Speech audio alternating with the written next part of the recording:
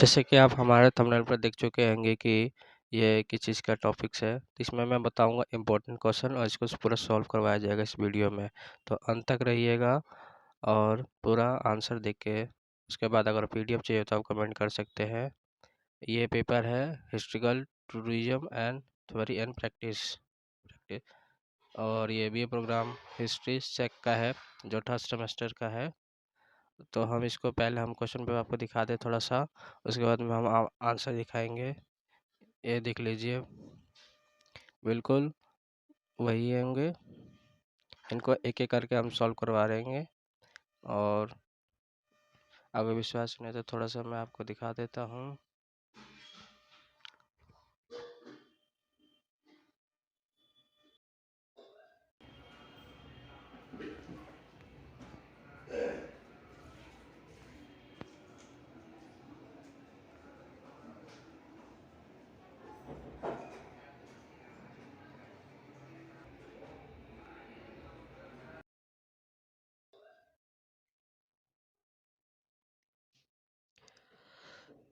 तो आपने देख ही लिया होगा, हम जैसे कि मैंने आपको दिखाया है कि इसका आंसर भारत में कला और वास्तुकला के संदर्भ में पहला क्वेश्चन ये हमारा। फिर हाल ही में देखे गए ऐतिहासिक स्थल के अध्ययन हेतु विभिन्न परिक्षेपण का व्याख्या करना है। फिर तीसरा हमारा हाल ही में देखे गए नई दिल्ली के राष्ट्रीय संग्रहालय या किसी अन्य संग्रहालय के विभिन्न अवयव का वर्णन करना है इसमें। चौथा हमारा भारत में स्तूप का मुख्य लक्षण बताना है वास्तुकला का। और पांचवा मंदिर वस्तुओं की नगर विशेषताओं का आलोचना करना है। फिर छठा हम उपयुक्त उदाहरण मंदिर और द्रविड़ शैलियों को देख सकते हैं। फिर हुमायूं का मकबरा के और ताजमहल के बीच में इंडो ईरानियन के बारे में बताया गया है। फिर आठवां क्वेश्चन हमारा लुटियन के दिल्ली को अपने में से वास्तुकला पर संक्षिप्त निबंध लिखना है। और पर्यटन के संचालन के विभिन्न तरीके देखेंगे। उसके बाद शॉर्ट्स नोट्स है इसमें कुतुब मीनार का परिसर, जामा मस्जिद, तुगलकाबाद का किला, फतेहपुर सीकरी का राजमहल किला और इंडिया गेट। हम इन सारे क्वेश्चनों को हम हल करेंगे और इसलिए हम आगे बढ़ते हैं अपने आंसर पे। वेलकम बैक टू आर के स्टडी सेंटर। और मैंने आपको थोड़ा सा समरी बताया था, अब हम पूरा डिटेल से समझेंगे इसके बारे में। और फिर से मैं आपको बता दूं, historical tourism and theory practice का है ये भी ये प्रोग्राम सेमेस्टर थर्ड। और आर के स्टडी सेंटर चैनल को आप सब्सक्राइब कर सकते हैं, आने वाले वीडियो आपको पहले दिख जाएंगे। और मैं इससे रिलेटेड और सारे वीडियो डालूँगा, तो आप चैनल को सब्सक्राइब कर सकते हैं अच्छा लगे तो। हम पहले देखेंगे भारत में कला और वास्तुकला के संदर्भ में धरोहर की क्या विशेषताएं हैं। भारत एक पहले से ही धरोहर स्थल और पुरानी चलती आ रही परंपराएं से जाना जा सकते हैं, जैसे कि वास्तुकला होता है, संगीत होता है, नृत्य होता है, धार्मिक शास्त्र, धर्म और अन्य कलाओं में भारत में है, जो एक धरोहर के रूप में कह सकते हैं। ये विविधता समृद्धि वाला देश होता है। हम इसका अगर सही से बताएं तो प्राचीन राजस्व में महल, स्मारक और अन्य स्थलों को विभिन्न शैलियों के माध्यम से और विरासत आधुनिक जो सामाजिक और ऐतिहासिक मूल्य को एक अलग पहचान देती है, बल्कि अपनी विविधता और सौंदर्य प्रेरणा से लिए भी जानी जाती है। तो हम धरोहर के कुछ पॉइंट देखते हैं और व्याख्या से करेंगे। जैसे पहले इसमें समृद्ध ऐतिहासिक पुरातत्व, फिर सांस्कृतिक परंपरा का प्रतीक, कला एवं वास्तुकला का प्रतिनिधित्व करता है, उसके साथ ही प्रेरणा का एक स्रोत भी होता है। और धरोहर ऐतिहासिक पुरातत्व को देखें तो इसमें हम सांस्कृतिक इतिहास, समृद्ध और पुरातत्व को शामिल करता है, जैसे कि प्राचीन में महल, किले और मंदिर की गुफाएं। दूसरा में सांस्कृतिक परंपरा के प्रतीक देखें तो धरोहर संस्कृति का परंपरा के प्रतीक होता है, जो भारतीय समाज की विशेषता और प्रतिबिंब को एक सांस्कृतिक विरासत के रूप में समर्थन करता है, जो भारतीय समाज के आत्म पहचान को महत्वपूर्ण भूमिका निभाता है। तीसरा कला और वास्तुकला के क्षेत्र में जो प्रतिनिधित्व, प्रेरणा और स्रोत को जाना जाता है, इसमें चित्रकला, नक्शाकारी और वास्तुशिल्प भी होते हैं इसमें कला और वास्तुकला में। और प्रेरणा का स्रोत में इसमें धरोहर सम्मिलित होते हैं, जो समाज को प्रेरित करता है और इतिहास से प्रेरणा लेता है। संस्कृति के लिए संरक्षण के आगे नई पीढ़ी के लिए एक रूप सौंपता है। इसके साथ ही हम पांचवा पर्यटन के और अर्थव्यवस्था के रूप में अगर जब किला और मंदिर वगैरह देखने आएंगे तो उससे आर्थिक स्थिति सुधरेगी देश की, ये हम जानते हैं। छठा पॉइंट देखेंगे सामाजिक संबंध में शिक्षा का स्रोत। फिर आठवां देखिए आत्मबोध संबंधन। फिर आर्थिक विकास के रूप में पर्यटन के रूप में हम देख सकते हैं कि जैसे कि किला हो गया, केंद्रीय वास्तुकला, चित्रकला, ये सब देखने के लिए बाहर से विदेशों से लोग आते हैं। और समाधि सरोवर में संबंध में देख सकते हैं कि ये सांस्कृतिक और इतिहास के पहचान के लिए जो आज एक एकजुटता को समर्थन प्रदान करता है।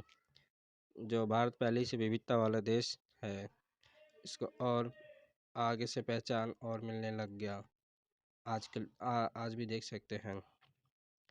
फिर शिक्षा का स्रोत में हम देखते हैं कि नालंदा का जो पुरानी विश्वविद्यालय है वो एक धरोहर के रूप में भी देख सकते हैं हम। और आत्मबोधन में यही है कि धरोहर में महत्वपूर्ण आत्मबोधन और समृद्धि के लिए इतिहास जानते हैं, सांस्कृतिक, धार्मिक और जैसे कि बौद्ध धर्म हो गया, जैन धर्म हो गया, और ये धर्म काफ़ी प्रचलित हुए अपने प्राचीन इतिहास में। और आर्थिक रूप से देख सकते हैं कि धरोहर जो धरोहर है वो पर्यटन के माध्यम से आर्थिक विकास को प्रोत्साहित करता है, जो निर्माण और आर्थिक समृद्धि को महत्वपूर्ण रखता है। उसके साथ ही स्थानीय विकास को देखिए, धरोहर स्थानीय विकास को बढ़ावा देता है और समुदाय के लिए नए संभावना उत्पन्न करता है। यह भारतीय शिल्पकला और गतिविधि के लिए जाना जाता है। निष्कर्ष यही है कि हम एक इतिहास, संपदा और समाज में विशेषता को पहचान और आत्म पहचान कराती है। जो समाज में धरोहर जैसे कि संस्कृति, कला और चित्रकला से संबंधित जो महत्वपूर्ण होता है, इसका संरक्षण और समाज में आत्मसम्मान, सामाजिक संबंध के लिए महत्वपूर्ण भूमिका होता है। संरक्षण, प्रचार और सुरक्षा का माध्यम से हम समाज की आत्मगौरव को बढ़ावा दे सकते हैं और आने वाली पीढ़ी इसके मूल्यवान महत्व को समझने में समर्थन में मदद मिल सकता है। तो ये हमारा पहला क्वेश्चन। हम दूसरा देखते हैं। हाल में देखे गए ऐतिहासिक स्थल में अध्ययन विभिन्न हेतु प्रक्षेपण कीजिए। ये इसमें हम पॉइंट बाई पॉइंट देखेंगे, जैसे कि आर्थिक शास्त्रीय विश्लेषण, भौगोलिक अध्ययन, ऐतिहासिक पर्यटन अध्ययन, पुरातत्व अध्ययन, सांस्कृतिक अध्ययन, सामाजिक शास्त्र अध्ययन, पर्यावरण परीक्षण, आर्थिक अध्ययन, पॉलिटिक्स अध्ययन और पर्यटन एवं जनसंख्या अध्ययन। ये 10 पॉइंट है कुल आपके, और 10 को 10 आपको इम्पोर्टेंट है। तो आप ये छोटे भी हैं तो आराम से आप इसको याद कर सकते हैं और लिख सकते हैं। इसमें यह भी है कि जैसे कि हम पुरातत्व जानते हैं कि पुराने जितने भी होते हैं अभिलेख, लेख और इसमें कुरान वगैरह हो गया और ग्रंथ वगैरह हो गया, जो ये सब जो पुराने हमारे इतिहास को पढ़ने में मदद करती है, उसको पुरातत्व अध्ययन कह सकते हैं हम। जो पुरानी चीज़ें जितने भी हैं। सांस्कृतिक अध्ययन में यह होता है कि इसमें विभिन्न संस्कृति को मूल्य, धार्मिक पहचान और कला को प्राथमिकता दी जाती है, जिसमें इसका अध्ययन होता है। ये सांस्कृतिक प्रभाव में स्थल में आकर्षित और विकास का संबंध होता है। समाजशास्त्रीय अध्ययन में हम कह सकते हैं कि जो सामाजिक संरचना, जाति गणना, समाज के व्यवहार के विश्लेषण करता है।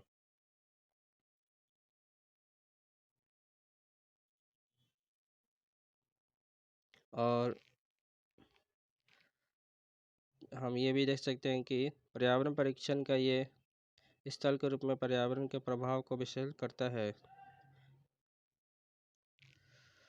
और आर्थिक अध्ययन में आर्थिक जो अध्ययन है उसका परीक्षण के लिए हम कह सकते हैं कि इसमें आर्थिक विकास और महत्वपूर्ण क्षेत्र आ सकते हैं। आर्थिक में तो वही जो पर्यटन से जो पैसे कमाया जाता है वो देश के लिए एक मूल्यवान स्रोत मान सकते हैं, जिसमें आर्थिक स्थिति अच्छी होती है देश की। और पर्यटन और जनसंख्या के आधार पर देखा जाए तो हम कह सकते हैं कि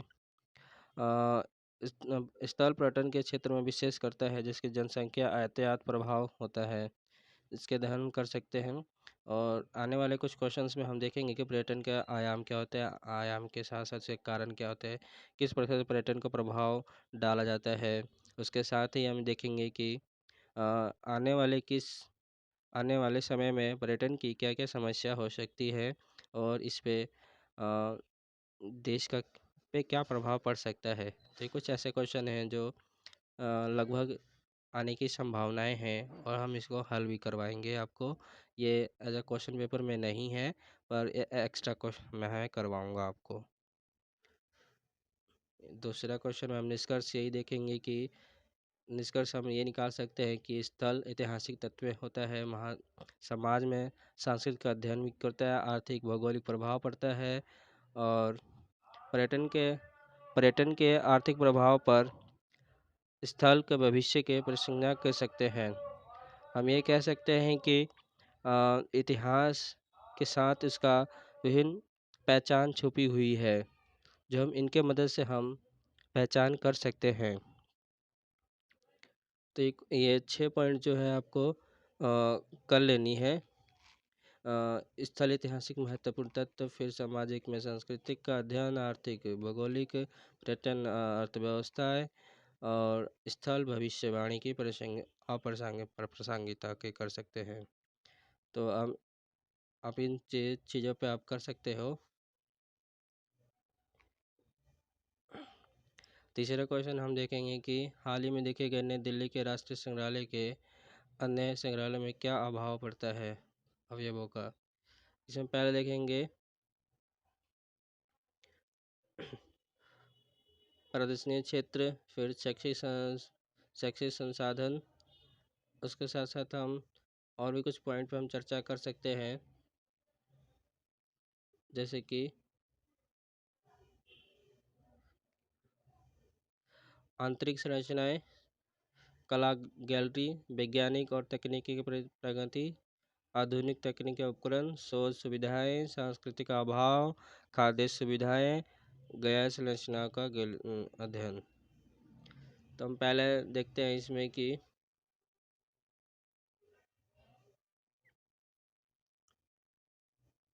प्रदर्शनी क्षेत्र में संग्रहालय का अवयव का विभिन्न प्रकार का हो सकते हैं, जैसे कि कला कृतियाँ, पुरातात्विक वस्तुएं, सांस्कृतिक आवश्यकताओं का संग्रहालय हो सकता है। फिर दूसरा में शैक्षणिक समुदाय में देख सकते हैं कि भरपूर भरपूर कि हम विवरण के लैब, आरामदायक सीटें और शैक्षिक पुस्तकें से संग्रहित होती है। आंतरिक संरचना में हम आंतरिक संरचना के व्यवसाय और क्रिएटिविटी के आराम से सुविधाएं का शामिल हो सकते हैं। गैलरी में वही कलाकृतियाँ को एकत्रित प्रदर्शित की जाती है। चित्रकला, मूर्तिकला, आर्ट एवं अन्य कलाओं का विशेष इसमें होता है। वहीं हम वैज्ञानिक तकनीकों को प्रगति के रूप में भी देख सकते हैं, जो गति को समझने और योजना को प्रतिपादन करने के लिए एक संसाधन के रूप में उपकरण वर्णन करता है। छठा हम पढ़ते हैं आधुनिक तकनीक में यही हो सकता है कि जिसमें इलेक्ट्रिक डिवाइस जो होते हैं, वर्चुअल होते हैं, इनके द्वारा हम शामिल कर सकते हैं। आधुनिक में यही होता है।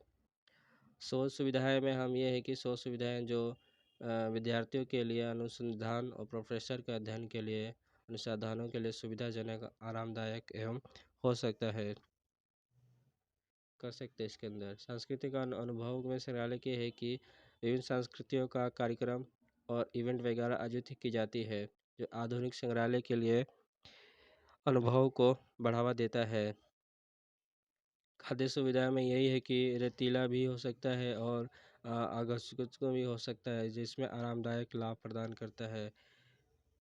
10वां और लास्ट पॉइंट है जिसका डिजाइन और स्थानीय व्यवस्था के लिए भी अभाव शामिल किए जा सकते हैं। इनके माध्यम से हम संग्रहालय में आगंतुकों और उन्नत विश्वसनीय के लिए हम आनंद ले सकते हैं। निष्कर्ष ये है कि संग्रहालय की विशेषता का महत्व और दर्शाता है कि अनमोल शैक्षिक सुविधाएं, सांस्कृतिक का और अन्य संग्रहालयों में तकनीकी आधुनिकीकरण में समय समय पर कैसे प्रभाव और समाज को एक समृद्धि बनाने में प्रेरणा और प्रेरणादायक साबित हुआ है।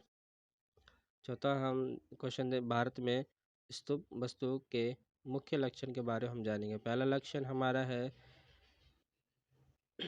श्रेणी और संउचितता, शिखर और तांबे का गुंबद, आंतरिक स्तूप कला, चैत्य और व्यवहार, फिर बौद्ध संदेश का चित्रण।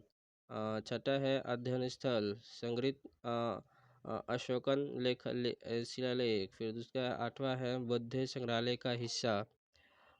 और 9वां है धार्मिक समारोह का केंद्र और स्तूप के प्रभाव। 10वां इनके हम बारे में थोड़ा ध्यान से पढ़ेंगे और थोड़ा डीप पढ़ेंगे। इसमें श्रेणियाँ और उच्चता में देख सकते हैं कि स्तूप की आकार हो सकता है, जिसके लेकिन उसके अध्ययन के लिए हम मनन और समझ आमतौर पर स्तूप पर ऊंचाई में अधिक होता है और उसका दृश्य जो होता है ग्रेसफुल होता है।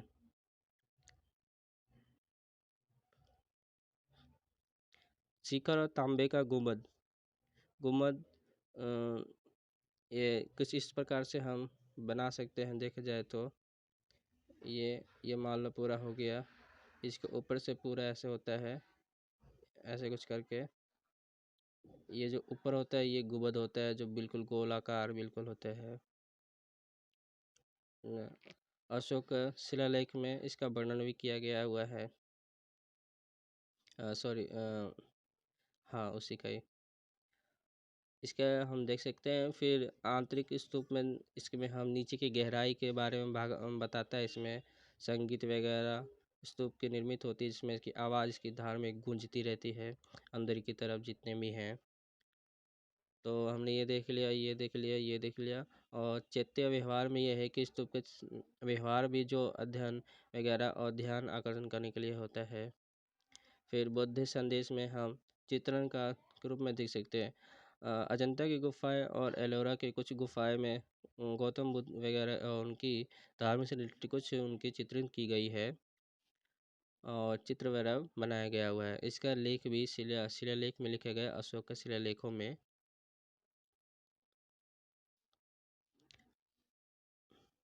तो अब ये सारा मैंने आपको बताया। उसके बाद देखते हैं आगे। जो हमारा छठा पॉइंट है अध्ययन स्थल। इसके बाद बौद्ध धर्म के इसमें प्रचार प्रसार की जाती है। इसमें जितने भी बौद्ध धर्म और जैन धर्म के जो लोग थे, इसमें खास करके बौद्ध धर्म जो इसका जो प्रचार और प्रसार के लिए इसका स्तूपों का निर्माण किया गया था। फिर संगीत अशोकन का शिलालेखों में इसका उल्लेखित की गई है संगीत वगैरह का। अशोक में ही चौथा हमारा शायद हुआ था इनका। फिर बौद्ध का संग्रहालयों में हम बौद्ध संग्रहालय के महत्वपूर्ण, जहाँ बौद्ध आदर्शों का चित्रण, प्रतिमाएं और बेहतर समझने के लिए आधारभूत प्रदान की गई है। धार्मिक समारोह में हम के महत्वपूर्ण केंद्र के रूप में धर्म चक्र का परिवर्तन देखा जाता है। स्तूप के प्रभाव में इसके सुरक्षित रखना और संस्कृति का महत्व बनाए रखने के लिए किया जाता है। निष्कर्ष हम ये निकाल सकते हैं कि जिसमें स्तूप और वास्तुकला के क्षेत्र में विभिन्न लक्षण हम देख सकते हैं। पहला लक्षण है कि ध्यान, धार्मिक संगठन, बौद्ध धर्म के प्रचार और स्तूप का संरक्षण के साथ साथ भारतीय ऐतिहासिक विरासत को बनाए रखने में मदद करती है।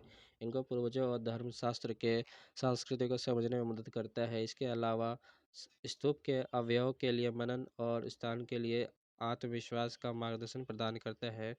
ये हम निष्कर्ष निकाल सकते हैं इसके।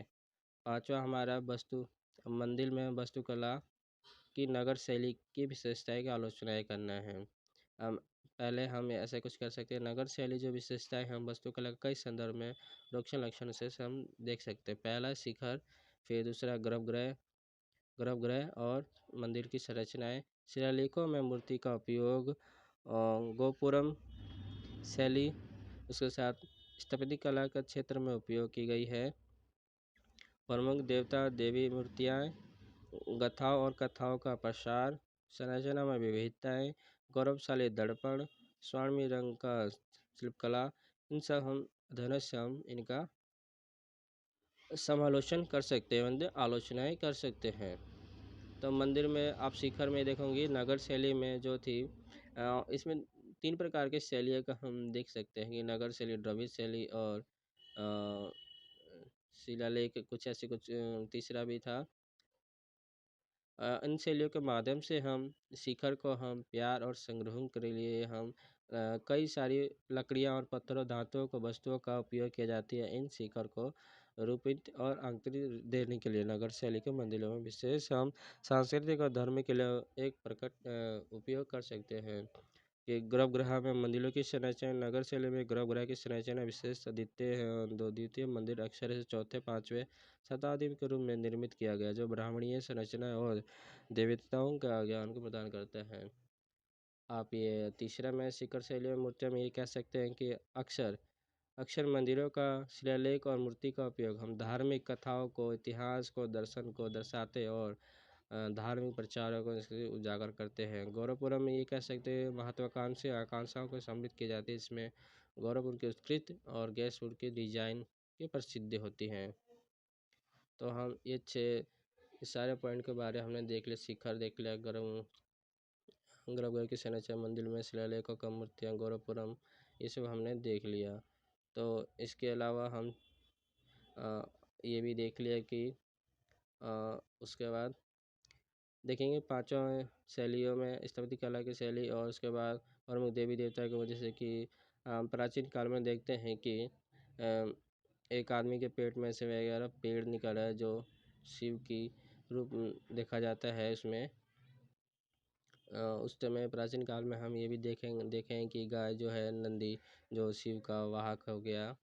इस वजह से हम कह सकते हैं कि देवी देवताओं और जो पहला मूर्ति मिला जैन धर्म में शिव और वैष्णववाद का ही मिला। उसके बाद जितने भी आने वाले आधुनिक काल तक हम आज तक कितने हजारों लाखों देवी देवताओं का मूर्तियाँ हम देख सकते हैं। इसके अंदर ये व्यक्ति का अध्ययन आज भी होता है। कथा एवं कथाओं का प्रचार नगर शैली में मंदिरों की कई कथाएं एवं गाथाएं की चित्रित है जो धार्मिक आध्यात्मिक जीवन और कथाओं को दर्शाता है। आठवां संरचना विविधता, इसमें से नगर शैली में संरचना में विविधता जैसे कि रंग, स्थापत्य कला शैली और शिल्प कला का माध्यम से होता है। नौवां में गौरव दर्पण में नगर शैली मंदिरों में अक्सर विशाल दर्पण आभासी के रूप में सुंदरता बढ़ाता है। स्वर्णिम रंग की शिल्पकला जो नगर शैली मंदिरों में स्वर्णिम रंगों की अधीनतम का उपयोग की जाती है। इसमें शानदार डिजाइन तकनीकों का उपयोग की जाती है। इससे हम ये कह सकते हैं कि मंदिरों का सजावट एवं आकर्षण के लिए प्रमुख जो है स्वर्णिम रंग का शिल्पकला ही से ही होता है। ये आपको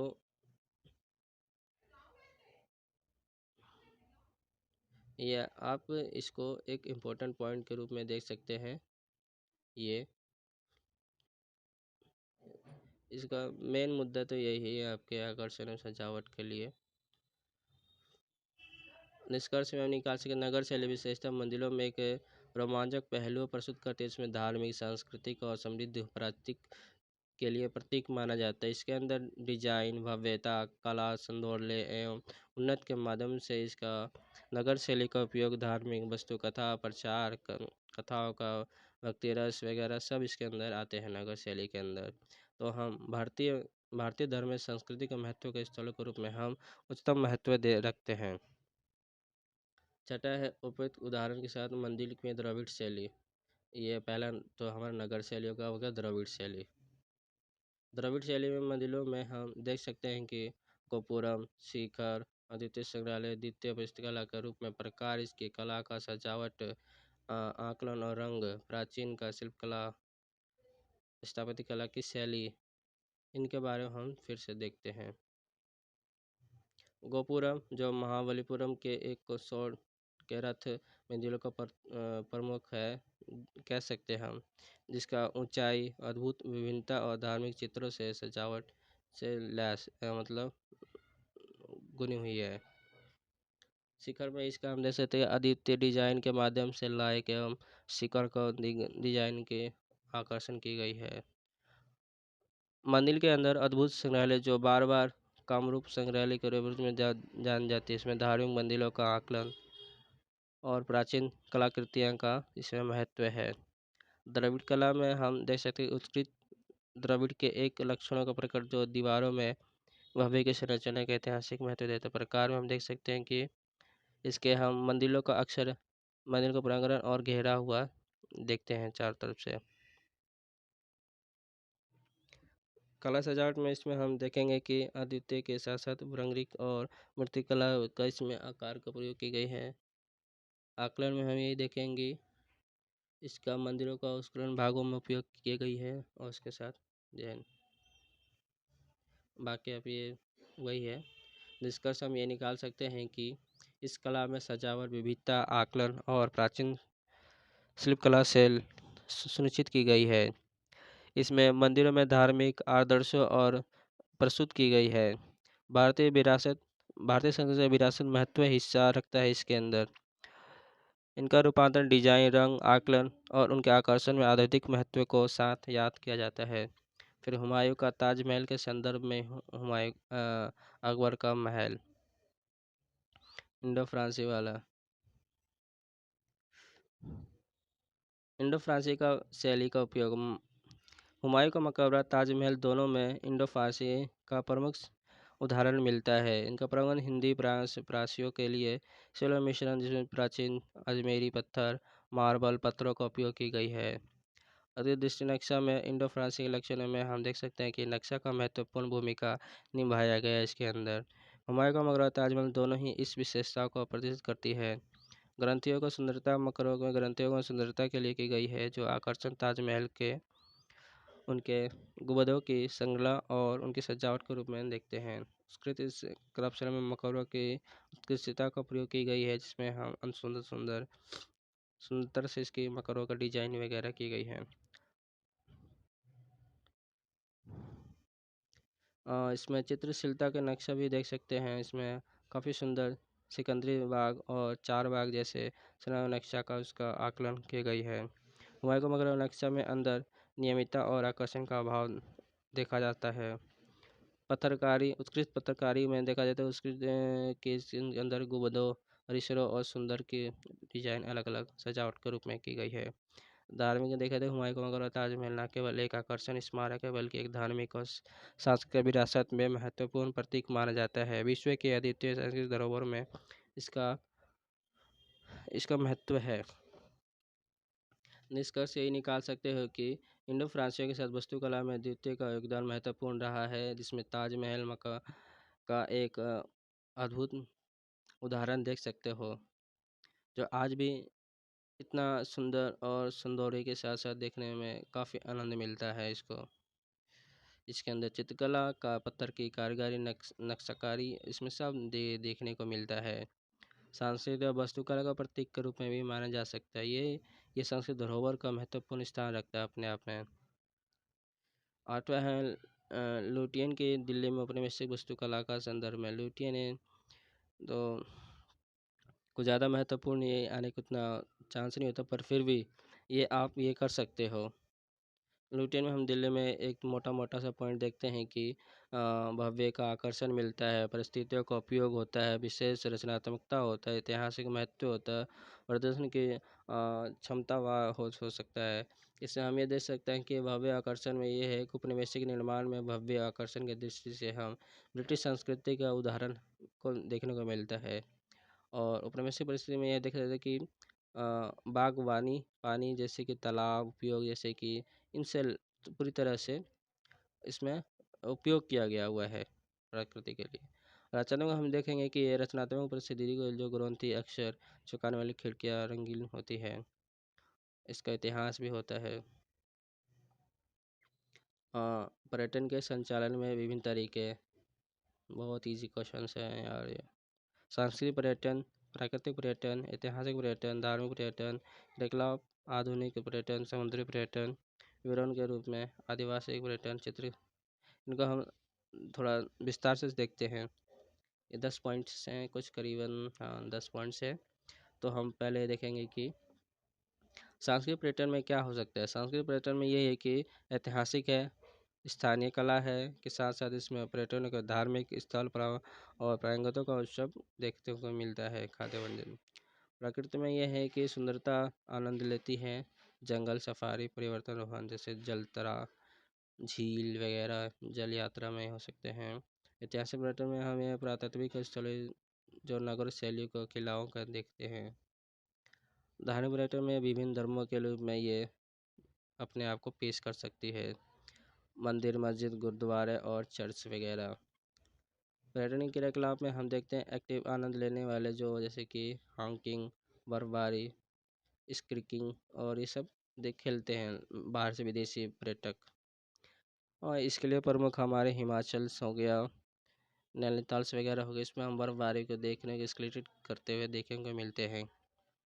और ये समय भी है अभी जाने का, तो आप जा सकते हो। फिर समुद्री में वही जलयापन, जल यात्रा, डवाई राइड वगैरह ले सकते हैं जहाज़ों का, छोटे छोटे। आदिवासी में ये देख सकते हैं कि समुदाय में जीवन शैली, रहन सहन और संस्कृति का अनुभव किस प्रकार से रहता है उनका। चिकित्सा पर्यटन में यह है कि उनका उपचार और आयुर्वेदिक अनुभव के तीसरा तरीका है। होटल, रेस्टोरेंट, गाइड सेवाएं। एक घूमने के लिए एक यात्री को क्या चाहिए? पहले तो आपको पहली बार तो आपको टिकट वगैरह बुक करने पड़ेंगे। उससे पहले आपको सोचना पड़ेगा कि कहाँ पे कौन सी जगह जाए, फिर उसके बाद टिकट करो, फिर पासवर्ड वगैरह बनाओ। फिर आपको समझने की अगर दूसरे देश जा उसका लैंग्वेज वगैरह प्रॉब्लम हो सकता है, उसके लिए गाइडर की आवश्यकता होती है आपकी। फिर पर्यटन के संचालन की उसकी अनुबंध सेवाएं चाहिए आपको, यांत्रिक यंत्र चाहिए जो समझ सके आप उनकी बात। फिर विभिन्न संरचना में इसके सब पर्यटन स्थल ये सब इसके अंदर आते हैं। 10वां जो हमारा क्वेश्चन है शॉर्ट नोट्स में, कुतुब परिसर का जामा मस्जिद। इसका 13वीं शताब्दी में बनाया गया था, मुगल सम्राट कुतुबुद्दीन ऐबक के द्वारा शुरू की गई थे। और इसको पूरा गया इल्तुतमिश द्वारा पूरा की गई थी ये। इसकी ऊंचाई 72 मीटर है। कुतुब परिषद का कुछ महत्वपूर्ण धार्मिक आईने परिसर हो गया, अलजाई दरवाज़ा हो गया, अलारी मिला हो गया, महरौली का संतवाहन हो गया, ये सब कुतुब मीनार में देखने को मिलता है। तुगलकाबाद में हाँ इसका निर्माण 1321 में देखने को मिलता है और दिल्ली में ये स्थित है। इससे पश्चिम स्थित उसके बाद तुगलक वंश के द्वारा ये गायसिन तुगलक द्वारा बनवाया गया था ये तुगलकाबाद, उसकी राजधानी भी बनी आगे चलकर। इसमें वास्तुकला का उपयोग शैलियों का प्रमुख उदाहरण देखने को मिलता है। ये इसमें तुर्की जो इसमें गायदु सिद्दुकला था इसमें इसके द्वारा बनाया गया है। उसके बाद इसकी ऊंचाई को हम बात करें तो हम 10 से 15 मीटर की ऊंचाई तक इसका होता है। भीतर का आंतरिक महल भी है, सभागार है, इसके अंदर बहुत सारी चीज़ देखने को आपको मिलते हैं। फतेहपुर सीकरी का ताजमहल, राजमहल सॉरी, अभी आप देख सकते हैं। फतेहपुर सीकरी अपने भव्य और द्वितीय वास्तुकला के रूप में उपयोग की जाती है। बहुत डिजाइन है। इंडिया गेट 1921 में शुरू हुआ, 1930 में पूरा कर दिया गया था। और इसको समर्पित है शहीदों के लिए याद में बनाया गया था। ये 42 मीटर की एक ऊंचा है इतना। इसका डिजाइन स्वतंत्रता संग्राम के द्वारा वीरों को समर्पित की गई है। अगर आप दिल्ली में हैं तो जाइए एक बार घूम के आइए, उनका नाम लिखे हुए हैं, उनके जितने में लोग शहीद हुए हैं। और संसद अटैक में उनके भी नाम है जिस टाइम उनका शहीदी की गई थी।